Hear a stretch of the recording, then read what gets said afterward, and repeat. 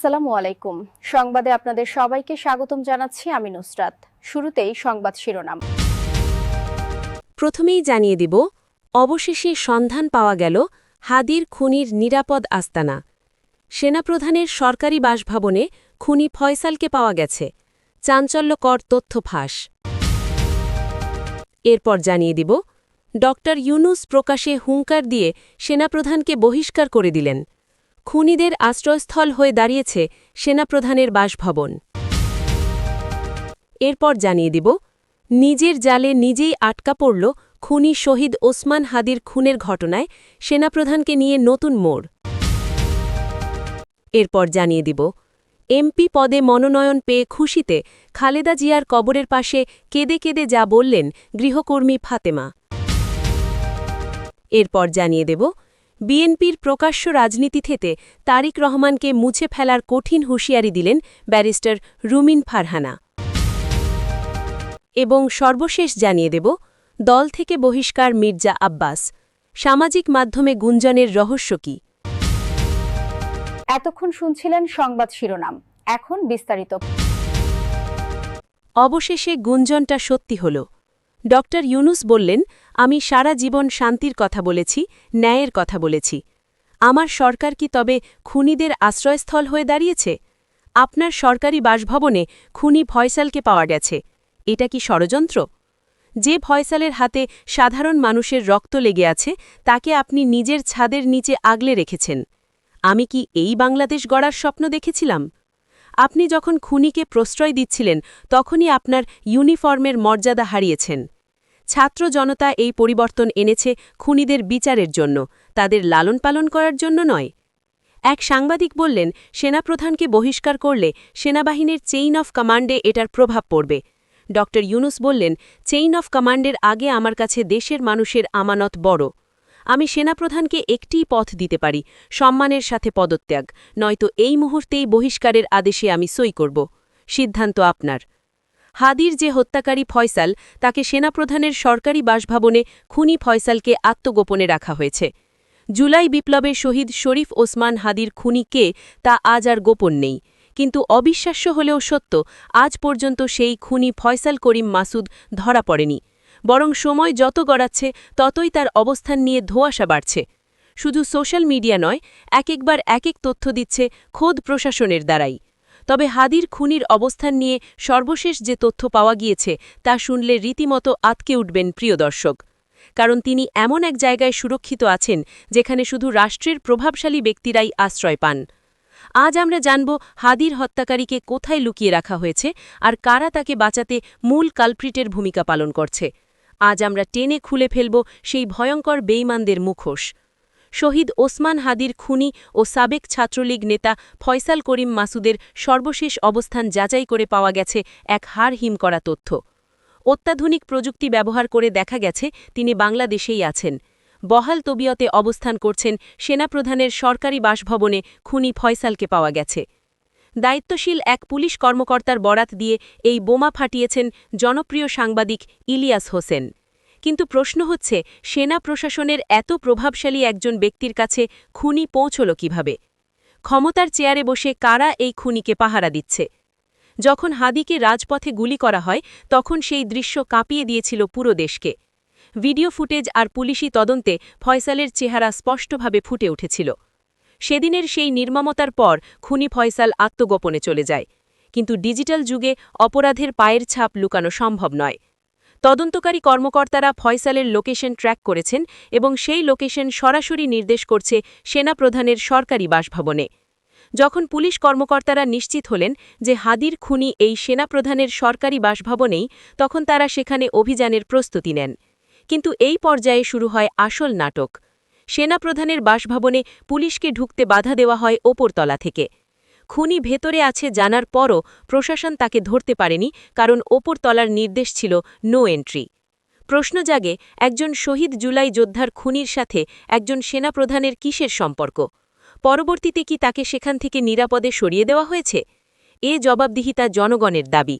যারা জুলাই বিপ্লবের কথা বলে উপদেষ্টা হয়েছেন, তাদের নাকের ডগায় এই খুনিরা ঘুরে বেড়াচ্ছে। একদিকে জুলাইয়ের শহীদদের নিয়ে শোক প্রকাশ করা হচ্ছে, অন্যদিকে হাদির খুনিদের ভিআইপি প্রোটোকল নিয়ে লুকিয়ে রাখা হচ্ছে। প্রশাসনের ভেতরে থাকা ফ্যাসিবাদের এই দোসররা এখনও কতটা শক্তিশালী যে তারা একজন চিহ্নিত খুনিকে প্রশাসনের ধরাছোঁয়ার বাইরে রাখতে পারে?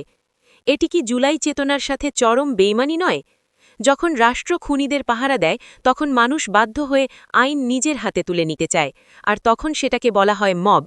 কিন্তু নীতি নির্ধারকদের বোঝা উচিত জনগণ কেন ক্ষিপ্ত হচ্ছে।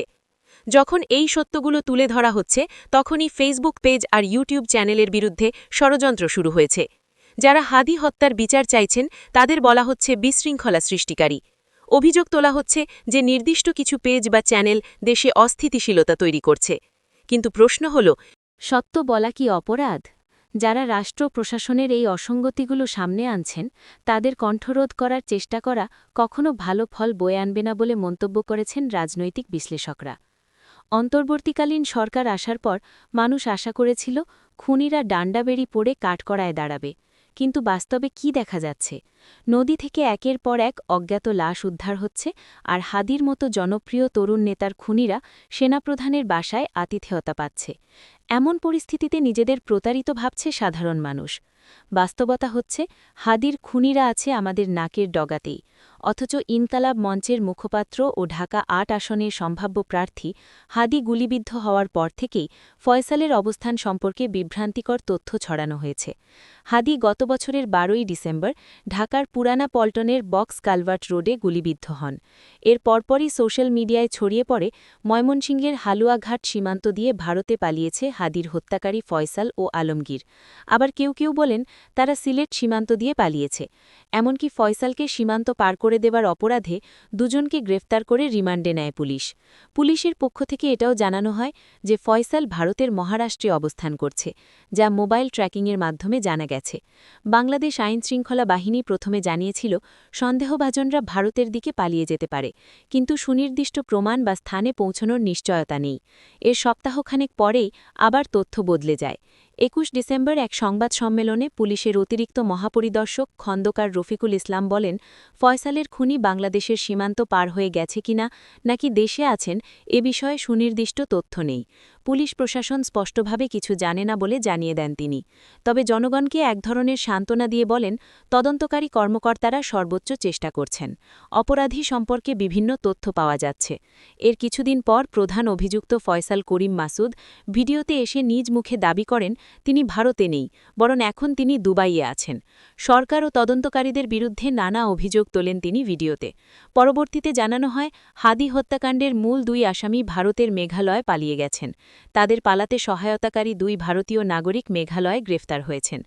২৮ ডিসেম্বর এক সংবাদ সম্মেলনে ডিএমপির অতিরিক্ত কমিশনার এস.এম. মোহাম্মদ নজরুল ইসলাম জানান, মেঘালয় পুলিশের সঙ্গে যোগাযোগ করে বিষয়টি নিশ্চিত হয়েছে ঢাকা মহানগর পুলিশ। কিন্তু সঙ্গে সঙ্গেই মেঘালয় পুলিশ সদর দপ্তরের এক শীর্ষ কর্মকর্তা বাংলাদেশ পুলিশের এই দাবিকে অসত্য এবং পুরোপুরি মিথ্যা বলে মন্তব্য করেন। ওই পুলিশ কর্মকর্তা বলেন, বাংলাদেশ পুলিশের কাছ থেকে কোনো আনুষ্ঠানিক বা অনানুষ্ঠানিক যোগাযোগ করা হয়নি। অভিযুক্ত ব্যক্তিদের কাউকে গাঢ় পাহাড়ে খুঁজে পাওয়া যায়নি এবং কোনো গ্রেফতারের ঘটনা ঘটেনি। ভারতের সীমান্তরক্ষী বাহিনী বিএসএফও একই কথা বলে। সব মিলিয়ে অবস্থা এমন দাঁড়িয়েছে যে ভারত বাংলাদেশ সীমান্ত সম্পর্কিত দাবি নিয়ে কূটনৈতিক উত্তেজনা সৃষ্টি হয়েছে। বাংলাদেশ সরকার কয়েকবার সন্দেহভাজনরা ভারতে আশ্রয় নিয়েছে বলে মন্তব্য করলেও আন্তর্জাতিক ও স্থানীয় গণমাধ্যমে ভারতীয় নিরাপত্তা সংস্থাগুলি এই দাবিকে ভিত্তিহীন বলে দাবি করছে। কিন্তু এত কিছুর পর এখন জানা যাচ্ছে হাদি বাংলাদেশেই আছেন। তবে প্রশ্ন হল, কার ইন্ধনে হাদির হত্যাকারীদের বাঁচাতে প্রশাসন বারবার এলোমেলো তথ্য দিচ্ছে? প্রথম থেকেই কোনো পরিষ্কার স্টেটমেন্ট দেয়নি প্রশাসন। প্রশাসনের একটি অংশ অবশ্যই দাবি করছে তারা ফয়সালকে খুঁজছে, কিন্তু বাস্তবতা হল হত্যাকাণ্ডের প্রায় ১ মাস পার হতে চললেও হাদি হত্যাকারী গ্রেফতারে কোনো দৃশ্যমান অগ্রগতি নেই। যে বাসায় ফয়সালের লোকেশন ট্র্যাক করা হয়েছিল সেই বাসার মালিকের বিরুদ্ধে কোনো ব্যবস্থা নেওয়া হয়নি। তরুণ নেতা হাদির এই রক্তভেজা বিচারহীনতা আজ আমাদের জাতির বিবেকের সামনে এক বিশাল প্রশ্নচিহ্ন হয়ে দাঁড়িয়েছে। যে জুলাই বিপ্লবের ওপর ভর করে আজ অনেকে ক্ষমতার মসনদে এসেছেন, সেই বিপ্লবের অগ্রসৈনিকের খুনিকে রাষ্ট্রীয় সুবিধা দিয়ে আড়াল করা কেবল শহীদের সাথে বেইমানি নয়, বরং এটি একটি নতুন ফ্যাসিবাদের পদধ্বনি। যখন খোদ সেনাপ্রধানের সুরক্ষিত বলয় খুনিদের অবস্থানের গুঞ্জন ওঠে এবং প্রশাসন তথ্যবিভ্রাটের ধূম্রজাল সৃষ্টি করে, তখন বুঝতে হবে ঘুণে ধরা সিস্টেমটি এখনও বদলায়নি। বিচারের বাণী যখন নিভৃতে কাঁদে, তখন রাজপথে আবার উত্তাল হওয়া স্বাভাবিক। জনগণের ট্যাক্সের টাকায় পালিত প্রশাসন যদি খুনিদের পাহারাদার হয়, তবে সেই প্রশাসনের বৈধতা নিয়েও প্রশ্ন উঠবে। মানুষ আজ চিৎকার করে বলছে, হাদির রক্তের প্রতিটি ফোঁটা আজ বিচার চায়। প্রিয় দর্শক, আপনারা যারা হাদি হত্যার বিচার চান, কমেন্টে লিখুন, হাদি হত্যার বিচার চাই।